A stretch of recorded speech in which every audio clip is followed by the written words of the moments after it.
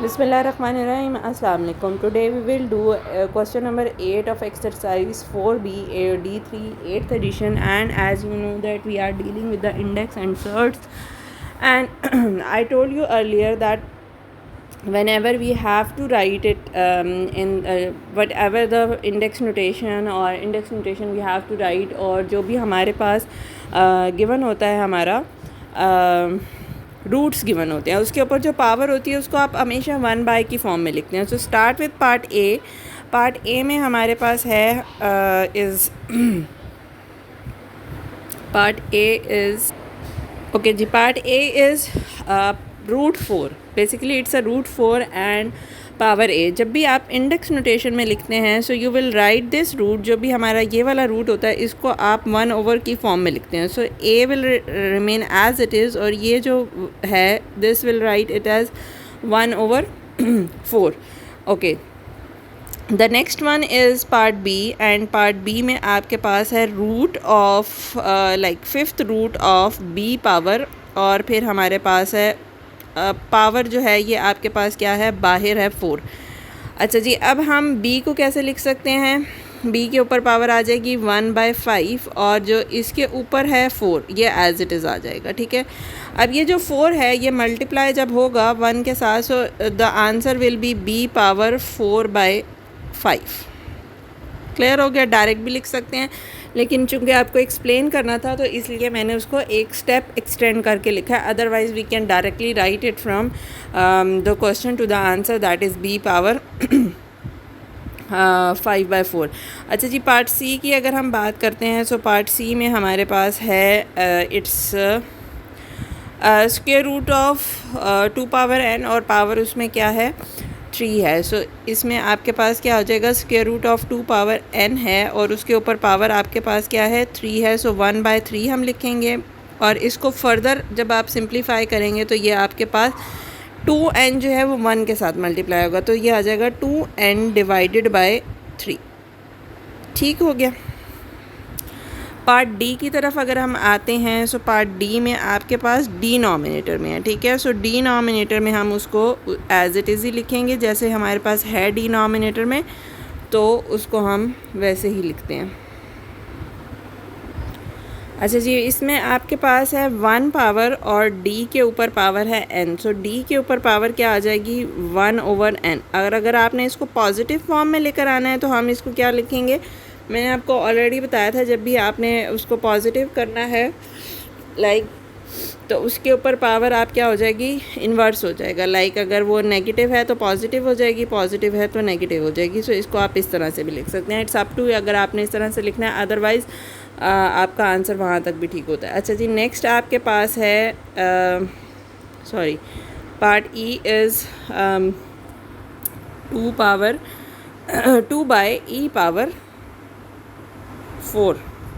और उस पर रूट है हमारा 8. सो 2 तो एज इट इज़ ही रहे. अच्छा जी, अब हमने इसको कैसे लिखा कि 2 एज इट इज़ ही रहा, और e⁴ और पावर जो थी वो 1/8 थी. अगर अब कैंसिलेशन होती है पावर्स की, so obviously we can do that. जैसे 4/8 लिखेंगे तो ऑब्वियसली ये कैंसिल हो जाएगा, और आपके पास क्या बन जाएगा 2 डिवाइडेड बाय e⁴. आपके पास 4 और 8 की कटिंग हो जाएगी, तो आपके पास क्या बन जाएगा 1/2. और अगर आपने इसको फर्दर इन्हांस करना है तो ये आपके पास आ जाएगा 2e⁻ -1/2. ठीक हो गया. Moving towards the last. Okay, this is the last part जिसमें हमारे पास पावर 5 है. सो पावर 5 को सिंप्लीफाई करने के लिए again the same thing I am using. So आपके पास पहले तो 1/3 को हम कर लेते हैं, और इसको अगर मैं डायरेक्ट लिखती हूँ तो ये आपके पास आ जाएगा, क्योंकि 5 हमारे पास है तो ये आ जाएगा 5 डिवाइडेड बाय 3, क्योंकि वो 1/3. और इसको अगर पॉजिटिव में लिखना है तो f पावर -5/3 हो जाएगा. ठीक हो गया. So this is question number 8. Moving towards question number, अच्छा जी, क्वेश्चन नंबर 9 हमें क्या कहता है, without using calculator evaluate its 1000 divided by 27 -4 power 3. Give your answer as a decimal. So इसको हम पूरा कंप्लीट सॉल्व करके और फिर हम डेसिमल में करते हैं. So let's solve it. 1000 okay, this is our question minus 1000 divided by 27 और जो पावर है वो आपके पास क्या है -4/3 है। अब 1000 को I know that I can write it in the form of 10 power 3, ठीक है, और 27 को I can write it as 3 3 are 9 9 3 are 27, so it's 10 power 3 और डिवाइडेड बाय 3 पावर 3, ठीक हो गया, and the whole power is -4/3। अब ये जो पावर है ये बेसिकली दोनों के साथ है, इट्स नॉट नेसेसरी कि सिर्फ एक के साथ है, ये दोनों के साथ है। दोनों के साथ मतलब तो ये 3 जो है वो इन दोनों से कैंसिल हो जाएगा, ये जो ये वाली 3 है। तो आपके पास जो रिमेनिंग हमारे पास जो आंसर रह जाएगा वो आपके पास रह जाएगा, जो ये 3 है ये इन दोनों के साथ कैंसिल हो जाएगा, ठीक है। सो हमारे पास जो आंसर रह जाएगा वो आपके पास रह जाएगा 10/3 और पावर आपके पास आ जाएगी -4, क्योंकि 3 तो कैंसिल हो गया। अब जब भी आपने पावर को नेगेटिव को पॉजिटिव करना होता है तो आप क्या करते हैं, रेसिप्रोकल ले लेते हैं। तो ये आ जाएगा 3 डिवाइडेड बाय 10 और 10 के ऊपर पावर क्या आ जाएगी, 4 आ जाएगी। अब 3 की पावर 4 जो होती है वो क्या होता है, 81 होता है, ठीक है जी। और 10 की पावर 4 जो होती है वो ओब्वियसली हमारे पास क्या आ जाएगा, 4 ज़ीरोज़ आ जाएंगे, 1 2 3 और 4। अब डेसिमल में आंसर जो देना है it's quite simple, there is no need to use the calculator. Decimal is here 1 2, for 2 zeros you have to write 2 more zeros, 0 0 and 8 1 is your answer for this part.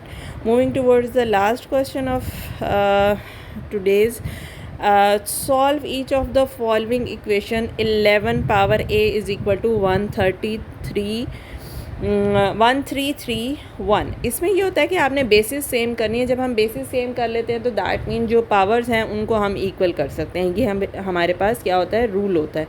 So this is question number 10 and question number 10 में हमने क्या करना है कि basis same करना। Okay जी, 10 part A is 11 power a is 1331 and हम prime factorization करते हैं मोस्टली, क्योंकि हमें पता है कि अगर इधर 11 है तो ऑब्वियसली दूसरी साइड पे भी हमारे पास 11 ही की कोई पावर आनी चाहिए, ठीक है। सो 11 पावर 3 जो है वो आपके पास बनता है 1333। When the basis are same so that mean their powers are also same, so that mean the value of a is equal to 3। Okay, तो वैल्यू ऑफ ए जो है वो हमारे पास क्या आ गई, इक्वल टू आ गई 3।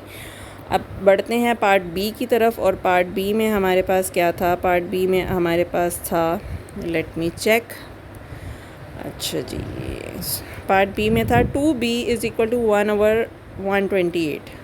दैट मीन 128 को हम in the form of obviously two की फॉर्म में लिखेंगे। 2b is equal to 1 divided by 128। अच्छा, 128 जो है वो हमारे पास बनता है, अच्छा इसको देखना पड़ेगा। अगर हम देखते हैं यहाँ से तो 128 प्राइम फैक्टराइजेशन अगर करते हैं तो 2 6 और 2 4 और 32 तक 5 बनता है ना, 32 2 इज़ 64 और 64 2 तो ये बनता है 5 6 7।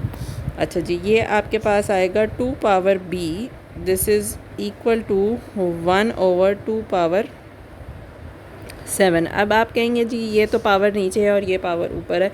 सो उसके लिए हमने रूल पढ़ा हुआ है कि जब भी हम नंबर्स को ऊपर लेकर जाते हैं तो पावर जो है वो नेगेटिव हो तो पॉजिटिव हो जाती हैं, पॉजिटिव हो तो नेगेटिव हो जाती हैं। तो जब मैं इसको ऊपर लेकर जाऊंगी तो ये क्या हो जाएगा, -7 हो जाएगा। And this implies when the basis are same that mean the value of b will be equal to -7, ठीक है। ये हमारा आंसर हो गया पार्ट बी का। मूविंग टूवर्ड्स पार्ट सी, और पार्ट सी का हम पहले क्वेश्चन देख लेते हैं। पार्ट सी है 9 power c is equal to 243। अच्छा जी, 9 power c is equal to 243। अच्छा, इसको अब सिंप्लीफाई करते हैं। हमारे पास आया है 9 power, let me write the question. अच्छा जी, 9 power c is equal to 243। अगर हम प्राइम फैक्टराइजेशन इसकी देखते हैं सो ये है 243 और ये बनता है 3 के टेबल पे, ठीक है।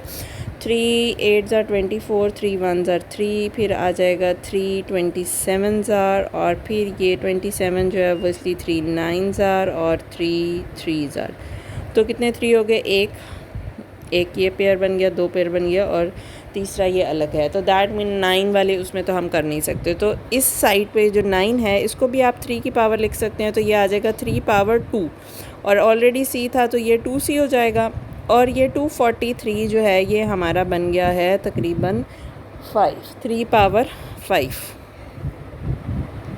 जी, 3 पावर आ गया 5, सो दैट मीन 3 और 3 तो हो गए सेम। तो अब आपके पास 2c जो है वो आपके पास क्या बना, 5 बना। बेसिकली हमें c की वैल्यू ढूंढनी है, तो c आपके पास क्या बन जाएगा 5/2, और उसको आप फर्दर सिंप्लीफाई कर लें तो इट्स 2.5। ठीक हो गया, ये आ गया हमारा पार्ट सी। अब हम जाते हैं पार्ट डी की तरफ, जो कुछ पॉइंट्स वाला था, तो हमने पॉइंट से घबराना नहीं है। It's 10 power d is equal to 0.01, 10 power d। अच्छा जी, 10 power d is equal to 0.01। अच्छा जी, 10 power d is equal to 0.01। अब इसमें दो तरीके हैं, एक तो आप या तो पॉइंट्स वाली फॉर्म में कर लें, या मतलब अगर कुछ बच्चों को डिफ़िकल्ट लगता है तो हम क्या कर सकते हैं, बिकॉज़ इट्स 0.01, तो उसको ख़त्म करने के लिए मैं क्या लिखूँगी 1/100। ठीक है, तो दैट मीन ये मेरे पास क्या बन गया 1/100, और 100 जो है वो मैं कैसे लिख सकती हूँ 1/10 पावर 2। ठीक हो गया। अब 10 पावर 2 को मैं वापस ऊपर ले जाऊंगी, तो ये आपके पास क्या बन जाएगा 10 पावर -2, और इधर क्या था 10 पावर d, और ये d और -2 आपस में सेम हो गए, सो दैट मीन d का आंसर आपके पास क्या आया है -2 आया है। And this was part d of question number 10। ठीक है, so that is it for today. See you in the next video, till that अल्लाह हाफिज़।